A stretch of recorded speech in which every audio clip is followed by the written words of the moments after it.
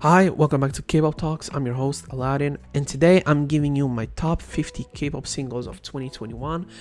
Originally, the list was supposed to be top 20, top 25. When I looked back, though, I realized how many great tracks came out this year. Again, I felt this was one of the best years in K-pop in a long time, since 2018, and a lot of new groups, a lot of oldie groups coming back. Third generation still dominating, and overall, I think this is a good list. There's probably a lot of songs you guys haven't heard this year, which you probably could be interested in. And from number 50 to number 25, I'm gonna be really fast, just skimming through them. And then from 25 to number 1, obviously, I'm gonna give you a little bit of an insight why I like these songs and why I think these songs are amazing. Number 50, we have Bay173 with Loved You. Number 49, Checkmate, You, unfortunately disbanded. Number 48, Ive with 11. Number 47, Super Junior DNE with 0. Number 46, Minu featuring Ted Park, Dance. Number 45, Gravity, Veni Vidi Vici. Number 44, NCT Dream with Dreaming. Number 43, Minzy with Fantabulous. Number 42, One Us with Luna. Number 41, TXT with Frost. Number 40, Amber Liu featuring Peniel with Neon. Number 39, Wasa, I'm a B. Number 38, DKB, Roller Coaster. Number 37, IU with Lilac. Number 36, Enhypen, Drunk and Dazed. Number 35, Bibi, Life is a B. 34, T1419, Azura Balta. 33, Eon featuring Swervy, Mad Team Party. 32, Billy, Flipping a Coin. 31, Lei featuring BI with Savior. 30, Punch, My Everything. 29, Stray Kids, Christmas Evil. 28, Kai with Peaches. 27, Cheetah featuring Jamie with Villain. 26, Needs You, Chopsticks. 25, Monsta X, Rush Hour. These again classic Monsta X. They've always been very consistent with this type of music all these years.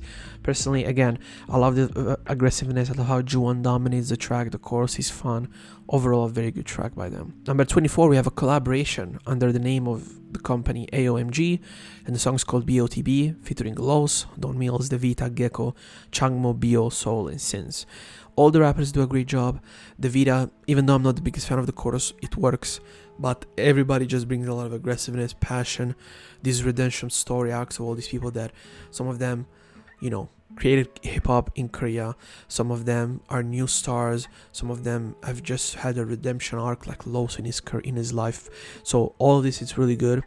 Obviously, it's a huge brand deal, but I still think it really works very well. Number 23, Sunmi, You Can't Sit With Us. This is the type of Sunmi I really enjoy. Definitely this more than Tail, personally at least. A lot of personality, love the production. It really fits with aesthetic. Yes, it's nothing new, but if it's not broke, don't fix it, in my opinion. Number 22, 17 with Rock With You. Again, a classic, great K-pop track by 17. Fun chorus, fun production. They never really are uninteresting. They always try to bring a different type of 17 every time they have a comeback. And again, 17 has always been a very consistent group, and this year has been no different. 21, Mamamoo with Mama Much. This is a throwback track from 3-4 years ago, Mamamoo at this point. Great vocals, fun. Also the choreography really fits with the mood of the song, which is something that Mamamoo hasn't really been doing as much anymore. So it's nice to see them kind of going back to their roots in a certain way, at least what made them popular early on. The song is fun and I love listening to it. It's catchy as hell, so I like it. Number 20, Pentagon, Do or Not. Even though this song has good views on YouTube, it seems like nobody was really talking about Pentagon this year for whatever reason, and they're really good. Their EP was good, this song is good. This is what makes Pentagon special to me. They're able to make fun songs that are always memorable, that's stuck in your head, and you always feel like you have something when you leave the song or you leave the album. They leave something with you, right? They don't just make average K-pop music, and I think this song incorporates that pretty well, in my opinion. Number 19, Giddy Boy, Turn Around. I like Giddy Boy, but sometimes these albums can be very on and off for me, and this time he did a very small, short, concise project, and You Turn Around to me is one of the standouts of this track. Great vocals, love the ethereal aesthetic they went for in the production, very dreamy, love it. And Giddy Boy again keeps confirming himself as one of the best solo artists in Korea, but for whatever reason he's not very popular with the Western fan base. 18, we have Nafla featuring Justice with Run. Dope track. Nafla snaps, Justice snaps. The production is perfect. The sampling on it is spot on, and it's nice to see again Korean hip hop having, in my opinion, one of their better years in a long time. So congratulations to Nafla, who also dropped a very good project this year, and you should definitely go and listen to it and make yourself happy with it. Number 17, Akmu featuring Benzino, TikTok TikTok. This is one of the early singles they dropped to anticipate the EP. Love the production, love the vocals, the lyrics are good. Benzino adds a really good feature. I love seeing Benzino focused and giving us something of substance and not just some average ass rapping. Well, like sometimes he can do, but he shows you here he's really good, and when he's doing something that really interests him and stimulates him as an artist, he'll be able to give you something interesting back. And I think this is the perfect example of it. And also through this track we see the evolution of Akmu's artists, starting from young kids to now pretty much adults, even Chang himself being back from the military with a different type of mindset. I think you can see this throughout the album. Is this the most perfect album in the world? No, but it shows growth, it shows maturity, and I think that's the most important thing really for them moving forward, if they'll keep working together, which probably they will. Hoodie, When the Rain Stops. Hoodie is one of these artists that's super underutilized for whatever reason by AOMG. Maybe she doesn't want to make music, I don't know. But when she makes music, she gives it these gems. What are you supposed to say? Beautiful production, beautiful vocals. Again, I wish we could get more Hoodie every year. Like every year, 2 or 3 times like we got this year. And I think we'll be all happy as fans. 15, Onion, Sailing. I didn't know who Onion was. I found her out this year. And the way she mixes EDM with traditional Korean music, I find it very similar to a Japanese artist who used to do this a lot in the past, which is her name is Reol, right? She does this very similarly to her, obviously very differently, because the inspirations are kind of different. But where Reol is more of like kind of like dance club music, her is more of a pop song fused with Korean traditional music. And in this song I think captures it perfectly. The vocals are beautiful. The lyrics are poetic. Give her credit, one of the best tracks of the year by far. And definitely should check her out because I think most people don't know her really. 14, we have another, track by Higher Music, which is a fusion of pretty much every artist under Higher Music. And this is a Lotus remix. Lotus is, if I remember correctly, an Indonesian song. Sorry if I'm mistaken. And they made a remix in honor of these guys, to show, Asian brotherhood throughout K-pop, throughout Korean hip-hop. And this song is perfect. I think even though I don't love everybody's verse, it's clear they put passion behind it and they really believe in it, which I think it's dope, in my opinion. The chorus really sticks in your head.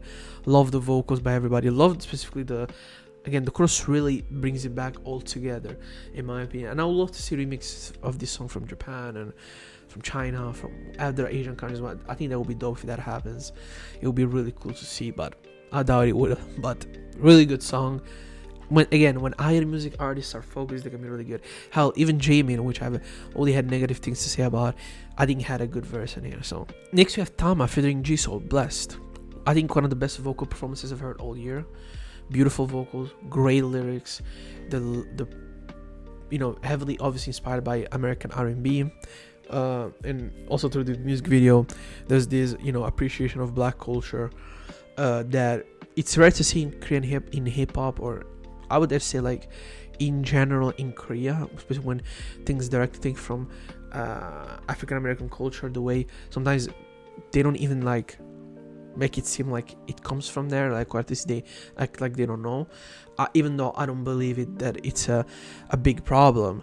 At least it's necessary, at least artists being aware and at least appreciating in a way that it doesn't come off as tacky, fake, or just doing it to please the Western audiences that might think you're a good person or you're cool because it seems coming directly from their heart and truly because they have a true appreciation of R&B, which I think is dope.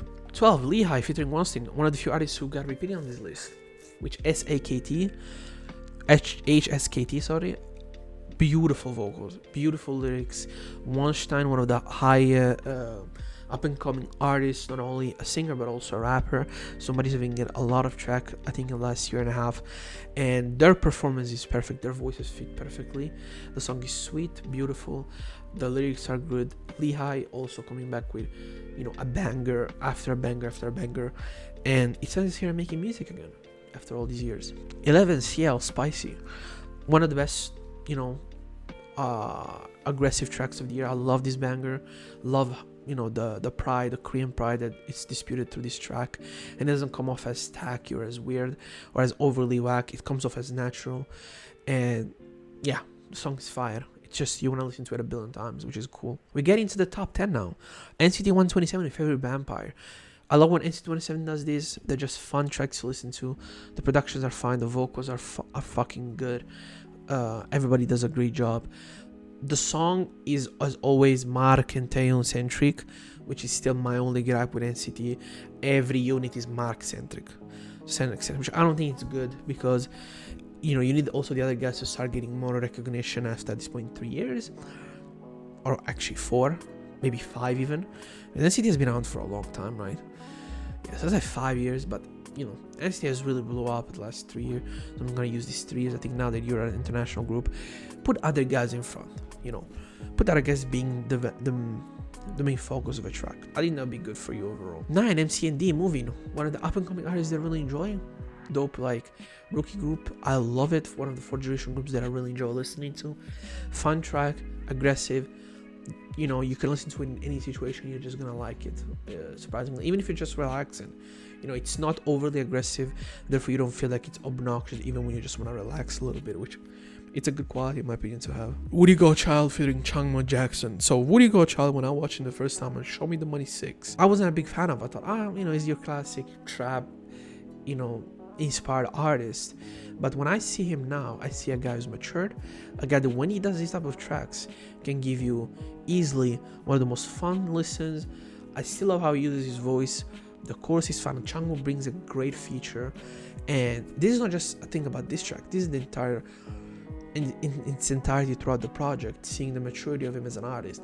Does this mean he never makes fucking bad songs, or he never makes sometimes he does certain things? Yes, but at least there's a maturity now where he doesn't feel like he's just copycatting American trappers, and he's just true to more himself as an artist, which I think it's dope. Number 7, Purple Police with Zombie. Easily one of the best songs of the year. Fun, different, still very cute. They don't try to sell this image of being a badass group, which it's quite normal now. Seeing a group just having fun, acting cute in a video, having fun. It's something so refreshing for me. I don't see that very often, and I definitely don't see very often companies actively doing that. Now, will Purple Kiss also become like every other group and have to go towards that direction? Who knows? But as of now, I'm just enjoying these beautiful tracks. Number 6, Twice Scientist. I think Twice I think everybody had the best year. I think they had a better year than BTS. I think in terms of quality of music, not in terms of popularity, stuff like that, or sales. I think Twice in terms of quality of music had the better year than everybody. There is 2 EPs. They're both very good. Specifically, their album they dropped this year with this song towards the end of the year was amazing. There was pretty much no skips for me. And Twice, again, at this point, they're 6 years into the game, and they're just dominating. And again, they're being true to themselves. I think JYP has done a good job not to overly cater to the Western audiences, even though he had this phase of making the group in a specific way. I love seeing JYP understanding that Twice is really good at making this type of music and trying to make them like a Red Velvet or an ITZY even. I don't think it's really worth it, in my opinion, at all. Number 5, Huh, MBT. Huh is a guy who used to be in Show Me the Money, if I remember correctly. No, actually, High School Rapper. My bad. High School Rapper. I don't watch High School Rapper, but this song, when I heard it the first time, I was like, not a big fan of it, but then second time, third time, I can't stop listening to this song. I love it. I like the way he uses his autotune. I like the rock part of the elements of the music. Not the biggest fan of the lyrics, but it's just a great listen. And I've listened to this song a billion times, and I don't care if there's 10 songs that are better than this. I've listened to this song a million times. It's gonna go in my top 5. Hot with MBT. 4, Shiny, Don't Call Me. I mean, listen, after the tragedy of Jonghyun, and after that, if I remember correctly, I think there was still somebody in the military at the time. I think it was Taemin. So they didn't release full-length albums throughout this period. So what they did is these are the released 2 full-length albums. And Don't Call Me is easily one of their better singles, I think, ever, in my opinion. Shows a lot of growth, a lot of personality. I think also from a production, it's quite daring for a K-pop group to go directions they were going with, not only in the single, but also in the project as a whole. And again, Shiny keeps showing why SM regardless what anybody says, still produces some of the best quality of music, because they're not gonna make their group feel not natural by giving them something that's popular. Something that is quite common to see with other companies do quite a bit. Here, they're just simply telling them, look, this is what you're comfortable in. We're gonna modernize it. We're gonna make it more contemporary, bring some interesting elements, great vocals by everybody, and the song just feels amazing. Just feels amazing. When that chorus comes in, just captures you and it never lets you go. 3, B2B with Outsider. Love seeing B2B having success on YouTube. Love seeing B2B getting more recognition. This is a dope song. This is what B2B is all about. Great vocals, fun lyrics. Penny, not the biggest fan of his raps, but they work. And Minyo kills the rap in this track. B2B easily one of the best tracks of the year, and actually one of the best runs of the year, because they've had a lot of music released between the members, doing different features and doing different things, so it's nice to see him. 2, One Way with Star. Now, One Way has been around for a long time, but I discovered it this year, and I was ashamed of myself. How I've never known about this group, it's crazy. And this is one of the best songs of the year. Great vocals. The lyrics are beautiful. The song is so nostalgic, sad, bitter. It gives you this sense of bittersweet taste in your mouth. Great feelings. The way they put their emotions in the voice, in the vocals, really makes you wanna, get you into the song. It really makes you emotionally involved. Great job. And this is not just this song. Anything they released this year was amazing, in my opinion. And you're definitely going to see their EP in my top 10, 15, whatever, 20 K-pop albums of the year, 100%. And the number 1 K-pop track of the year, it's, I would say easily, Yukika with Insomnia. Yukika is somebody that I've discovered actually through What's Up Man from June Park and his YouTube channel, because she was a guest there and she was funny. I checked her music. I thought, this chick is fucking great. How come nobody talks about her? And the way she mixes pop, K-pop, city pop, and she does it in a way that feels fresh, modern, not old. Her vocals are very good. The lyrics are really good, and it clearly shows that she's one of the most inspired artists in Korea. But more than inspired, she seems to have a sense of direction as an artist, and she doesn't just try to follow what's modern, what's popular. And I think that's overall it's very good, because specifically considering that now there's more Western artists, Western fan bases, you don't need to be making always the biggest popular thing. If you make something people like it, they'll support it, and they'll support you for the rest of their lives. And I think that seeing an artist in Korea understand that, even though there's others that do understand that, sure, but seeing at least somewhat of a power artist understand, I think that's really cool. And this is easily the best song of the year. And that was it. This was my list, what I consider to be the best K-pop tracks of the year. Tell me what you think about it. Do you agree? Do you disagree? Do you think I left something out? Mind you, there's a lot of songs I would have loved to put, but I had to keep it close to top 50. And I'm pretty proud of what I did here. I think it comes off pretty good. I think this was one of the best years for K-pop in a long time, specifically when it comes to singles and albums, which I could have not said that in the last 2 years, in my opinion. There was no way I could have said this in 2019 or 2020. 2018, great for singles, not so great for albums, but it was still a very good year.